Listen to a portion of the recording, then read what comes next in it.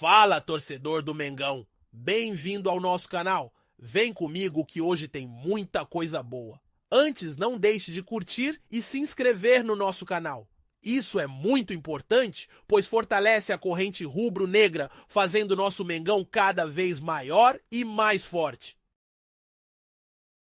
O Flamengo passou pelo Internacional com uma tranquilidade que impressionou até os mais confiantes. Foram 180 minutos em que a diferença técnica e coletiva entre as duas equipes ficou escancarada. Se em 2019 a lembrança ainda era de uma batalha intensa, agora o cenário foi bem diferente. O rubro-negro dominou o confronto do início ao fim, sem grandes sustos, transformando o Beira-Rio quase em um campo de treino. O Inter até tentou mostrar força diante da sua torcida, valorizando o peso da camisa e do estádio, mas a energia foi se esvaziando rápido. Para piorar, até a recepção acabou dando errado, atrasando a partida em 20 minutos. Dentro de campo, a equipe gaúcha se esforçou muito nos minutos iniciais e conseguiu equilibrar até certo ponto, mas bastou o primeiro gol para o Flamengo ditar o ritmo. O curioso é que para o Inter cada jogada parecia exigir esforço extremo, enquanto o time carioca se movimentava com naturalidade, roubava bolas, circulava e acelerava quando queria.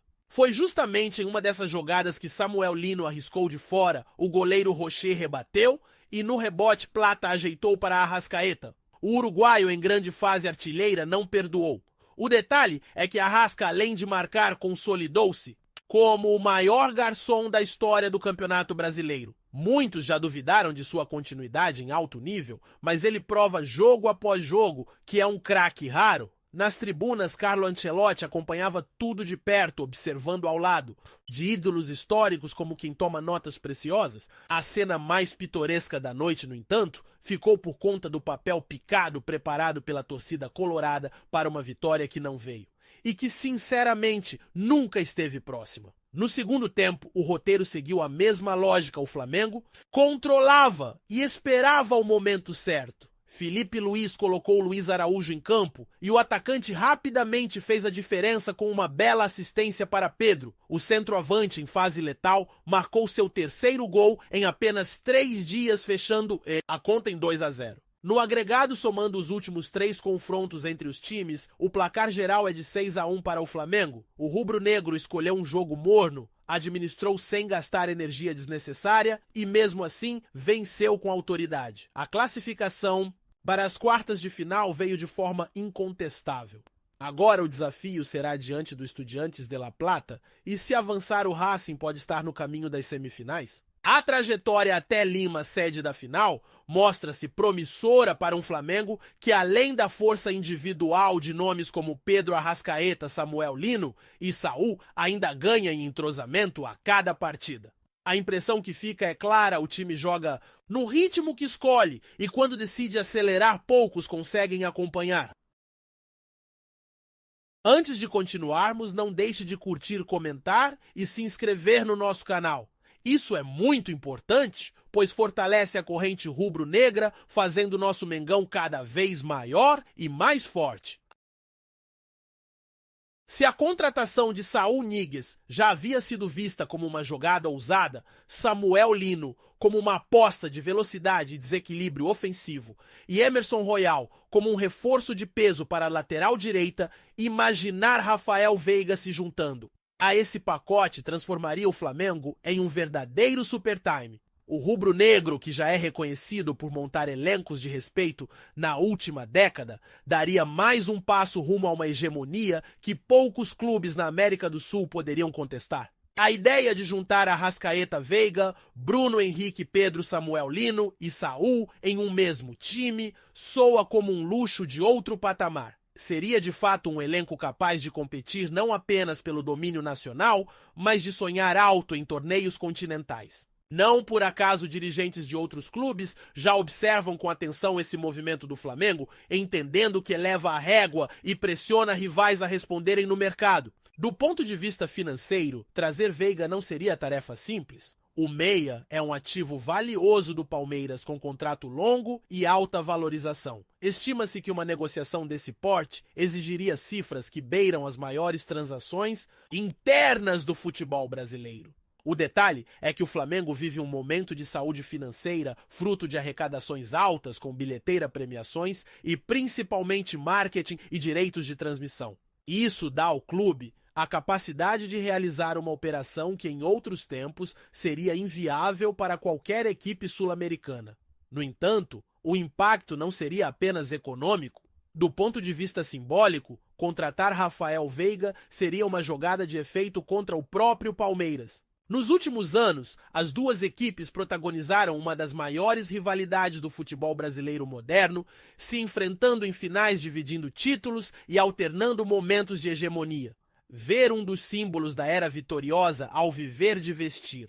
A camisa rubro-negra teria peso psicológico imenso. Para os palmeirenses, soaria como uma ferida aberta. Para os flamenguistas, seria a confirmação de que o clube não apenas pensa em títulos, mas também em enfraquecer seus maiores concorrentes. Não é por acaso que a repercussão já tomou conta das redes sociais e programas esportivos? Jornalistas apontam que essa possível negociação teria o potencial de ser lembrada como uma das mais polêmicas da história recente do futebol brasileiro. Torcedores do Palmeiras falam em traição, enquanto a torcida do Flamengo já começa a sonhar com uma equipe praticamente imparável. Nos bastidores, fala-se que a presença de Veiga no Rio de Janeiro não foi casual. Ainda que oficialmente neguem empresários ligados ao meio, confirmam que o Flamengo já iniciou contatos preliminares para entender as condições de um possível acordo.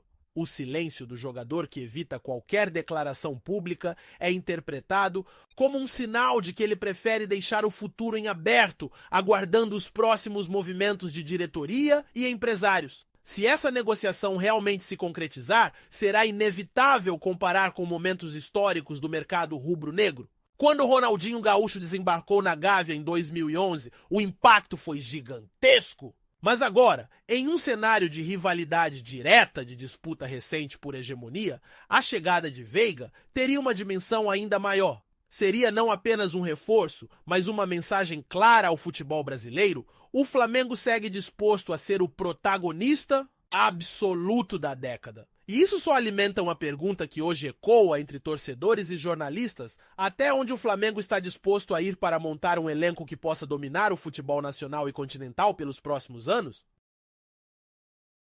Antes de continuarmos, não deixe de curtir, comentar e se inscrever no nosso canal.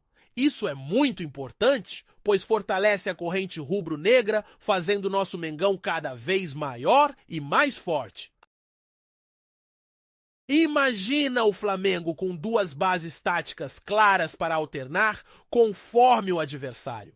Num 4-2-3, um Emerson Royal da profundidade e agressividade pelo lado direito, empurrando a linha defensiva rival e liberando o zagueiro do setor. Para conduções curtas, Saul funcionaria como o volante que equilibra inteligente na primeira bola, bom no desarme por tempo de ação e ótimo no passe vertical curto, aquele toque que quebra a primeira linha e já coloca o meia de frente. À frente dele, Arrascaeta centralizado, recebendo entrelinhas com Rafael Veiga partindo do corredor esquerdo por dentro, meia ala que pisa na área e Samuel Lino aberto para acelerar, atacar o espaço nas costas do lateral adversário e atacar a segunda trave quando a jogada vem da direita. Pedro segue como referência para finalização pivô e ataque ao primeiro pau. Nesse desenho, Veiga e Arrascaeta conversam por dentro quando um vem buscar o outro, ataca as costas do volante. Rival quando um gira para o lado forte, o outro infiltra no intervalo zagueiro lateral. A equipe ganha dois cérebros na mesma faixa com complementaridade de pé, ritmo e leitura.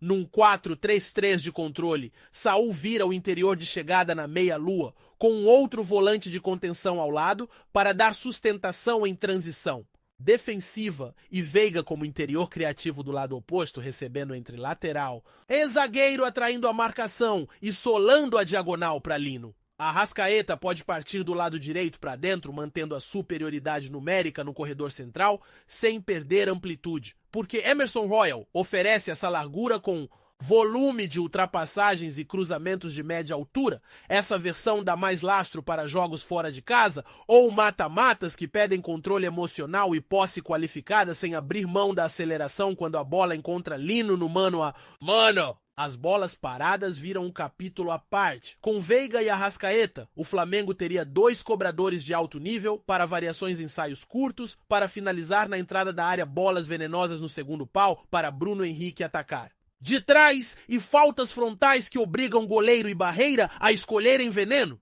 Escanteios com batida fechada de um lado e aberta do outro, usando bloqueios legais para liberar o atacante no costas do marcador.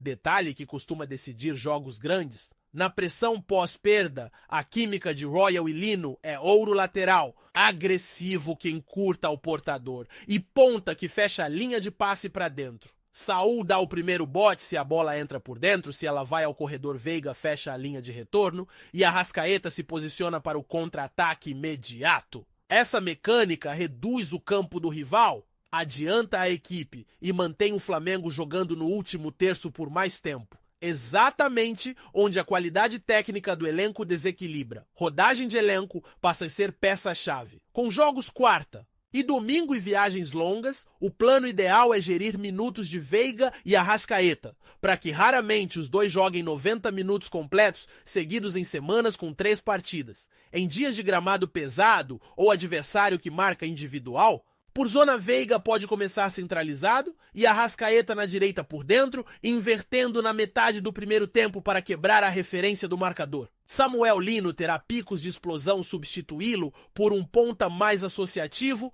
nos minutos finais pode segurar resultado com bola sem recuar linhas. Em jogos de Libertadores, a leitura muda por detalhe fora de casa, o 4-3-3 com Saul.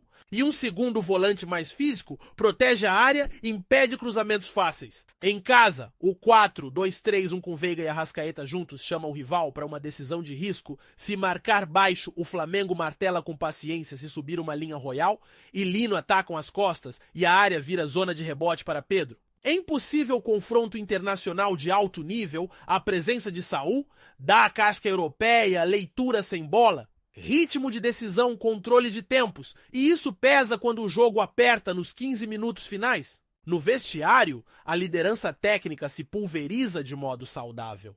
Arrascaeta continua a referência criativa, mas agora divide as dobras de marcação com Veiga. Samuel Lino carrega defesas para trás e abre corredor a todo instante royal. Impõe padrão físico na lateral e Pedro capitaliza esse ambiente com mais oportunidades limpas de finalização. A confiança coletiva cresce quando o time sente que pode vencer em 3 planos por talento jogada individual, por organização mecanismos automáticos e por bola parada racionalidade. É assim que elencos campeões se formam. No fim, a pergunta que paira não é apenas se dá para jogar junto, mas quão alto esse time pode ir quando as peças se encaixarem de verdade? Com Veiga somando-se a Saul, Lino, Emerson, Royal, Arrascaeta e Pedro, o Flamengo ganha caminhos para vencer de formas diferentes no mesmo jogo. E isso é o que separa bons times de times que marcam época. Se o desfecho dessa novela for rubro-negro, a temporada muda de patamar, vira projeto de legado. Então é isso, meu amigo. Essas foram as notícias do Mengão. Ficamos por aqui. Um forte abraço e saudações rubro-negras.